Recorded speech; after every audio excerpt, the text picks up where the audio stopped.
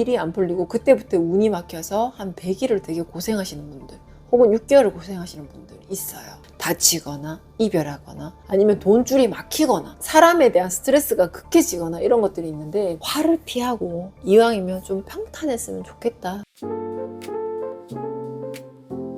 안녕하십니까. 1월 신공천명입니다. 2026년 2월이고요. 흉수, 흉띠, 재수없는 띠에 대한 영상이죠. 적중률이 굉장합니다. 사고수 막아주고요. 손재수, 간재수, 이별수 다 막아줍니다. 초한자루로 모든 흉을 피할 수 있는 그런 날을 알려주고 있으니까요. 더보기란 참고하시고 지난달부터는 조금 촬영 방식이 바뀌었죠. 흉수를 알려드리고는 있으나 동일한 시간대에 조금 더 유익한 정보를 더 드리기 위해서 자막으로 드리고 활용법은 아래에서 알려드리고 있으니까 참고하시고요. 흉수일인데 재수없는 거 무조건 잘 피해야지.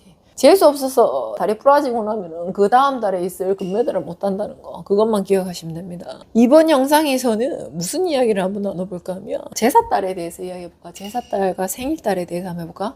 제삿달은 조심해야 된다고 하잖아. 제삿달. 왜냐면 그 음의 기운이 강해져서 그러거든. 조상의 기운이 강해지고 조상의 기운이 들어오면 사자의 기운이 들어오는 확률이 굉장히 높아. 상문이 타면은 금방 돌아가신 영가들은 힘이 없어. 초상이 나면은 사람들이 보통 상문이 타서 일이 안 풀리거나 집안에 우환이 들어오고 꼬이고 얽히고 설키고 줄상문도 나기도 하고 줄초상도 나기도 하고 막 그런 경우들 있지. 이게 조상에서 매여서 그런 경우들은 좀 잘 없다. 가끔 있긴 있는데 대체적으로 같이 따라붙는 사자에서 들어오는 상기운에서 그런 경우들이 많습니다. 그런데 제사 때도 조상님을 위한 제사이긴 하지만 조상님이 오는 길에 조상님만 오시진 않거든. 옆에 떠돌이 어떤 영혼도 붙을 수도 있고요. 사자도 붙을 수도 있고 여러 가지 기운들이 있어요. 그래서 제삿달이면 항상 제가 신도들을 가끔 좀 잘 타는 신도들이 있어요. 그런 사람들한테는 뭐 할머니 제사예요 뭐 이러면 앞뒤로 중간에 있으면 앞뒤 15일씩 한 달 정도는 몸을 좀 사리는 게 좋겠네요. 이런 말을 가끔 제가 해드립니다. 제삿달은 그만큼 어떻게 보면 흉달, 흉수이라고 비슷하다라고 생각을 하시면 되고요. 제사를 지낼 때 제사에 참관을 못하는 경우, 제사를 뭐 참관을 하더라도 요즘에는 우리 신도들이 이제 많이 깼어. 보통 5번 기도문을 많이 올려드려요. 주상전에. 그럴 때 솔직히 감동 먹어. 나는 내가 중생들을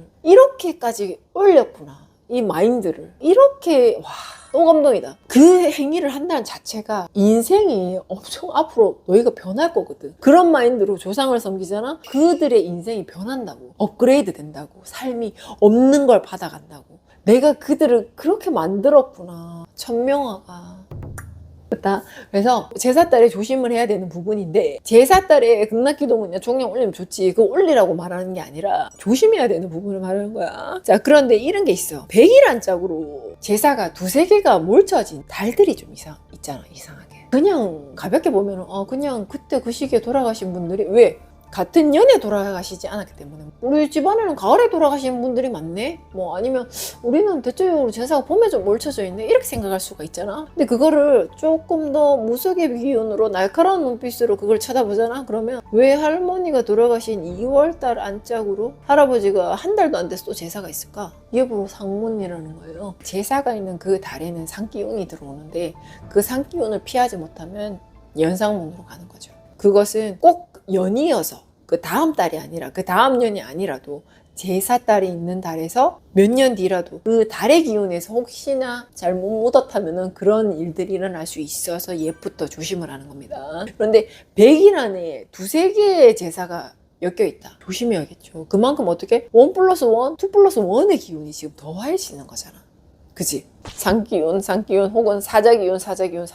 그래서 사고가 날 수가 있어요. 엄청 안 좋아지죠. 손재가 있을 수 이별할 수 있어요. 거기다가 명절 제사도 포함이 되어 있으면 그것도 한 3분의 1% 정도는 합니다. 그러니까 그것 또한 역시 조심하면 좋다. 제사 잘 지내는 법, 명절 때 해야 되는 법 이런 거 있지. 뭐 하면 안 되는 거 이런 것들. 빈소리도 있지만 빈소리가 아닌 부분도 조금은 있어요. 참고하시면 좋고요. 이어서 생일달에 대해서 한번 이야기를 해볼게요. 생일달을 많이 타는 사람들이 있어요. 제삿달처럼. 생일달은 우리가 좋잖아. 축복이잖아. 내가 세상에 태어나는 달인데. 그런데 생일달만 되면 일이 안 풀리고 그때부터 운이 막혀서 한 100일을 되게 고생하시는 분들 혹은 6개월을 고생하시는 분들 있어요. 다치거나 이별하거나 아니면 돈줄이 막히거나 사람에 대한 스트레스가 극해지거나 이런 것들이 있는데, 그래서 생일달에는 보통 생일달을 좀 빕니다. 그런 사람들은 초를 한자로 올리든 뭘 하든 내가 자꾸 초축하는 건 초가 제일 싸서 이야기하는 거야. 그래서 생일달은 사고수, 불운, 손재, 관재 다 망신 다 조심해야 되고, 자주 그런 사람들은 필수로 내 생일달 타네 하시면 되고, 가끔 그러는 사람들도 내가 생일달 타는 사람이구나 라는 걸 알아두시면 됩니다. 이런 게 있어요.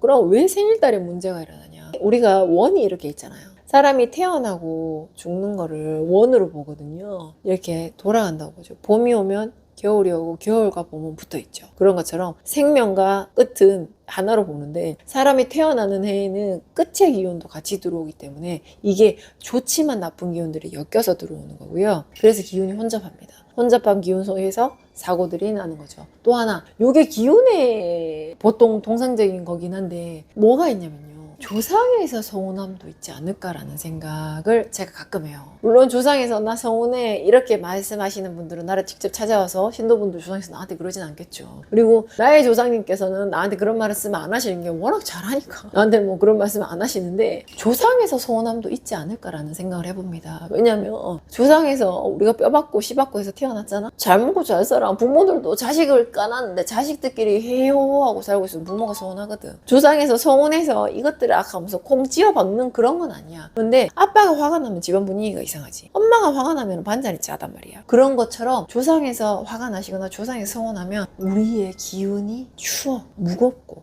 축축하고 일이 안 돼. 그래서 생일달에는 조상의 서운함도 있지 않나 라는 생각을 한번 저는 가끔 합니다. 또 하나, 삼신의 목도 있지 않나. 우리가 보통 조상 삼신, 신의 삼신에서 합을 맞춰서 자손을 주는데요, 그런 경우들이 많습니다. 그러면 조상줄이 있고 칠성줄이 강한 사람들은 삼신줄을 많이 받아서 태어난단 말이야. 삑 생겨서가 아니라 줄이 있는 애들은 삼신줄에서 다 보통 많이 점지를 해줘서 태어나. 그러면 삼신에서 그 몫으로 너를 생명으로 내려놨는데 너무 왜 우리가 빌고 살아야 된다, 공들이고 살아야 된다고 하잖아. 그런데 그런 걸 하지 않고 그냥 살면 삼신에서 삼신의 몫을 받고 싶지 않을까? 그 생일달에? 나는 그럴 것 같아. 내가 삼신이라면. 내가 만약에 죽어서 삼신 할머니가 된다면 내가 점지한 모든 아이들한테 나는 꼭 생일달 정성을 드리게 할 거야. 안 드리면은 어떻게 되는지 알지.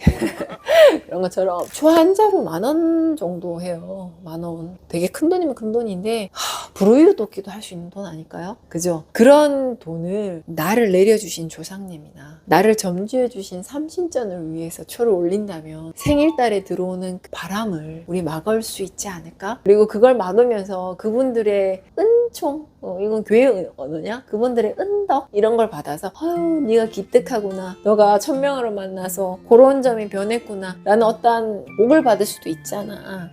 그래서 생일달이나 제사달에는 초 한 자루라도 올려서 화를 피하고 이왕이면 좀 평탄했으면 좋겠다 라는 것이 저의 개인적인 바람입니다. 평소에 잘 빌고 살잖아 우리 신도들은. 그치? 가끔 초를 밝히는 사람들도 있겠지, 2-3달에 한 번씩. 근데 그 2-3달에 한 번 밝히는 초가 너희의 생일달이나 너희의 조상님들의 제사달이었으면 좋겠어. 그것도 난 참 의미가 있을 것 같아. 알았지? 1월 신국 천명하였습니다.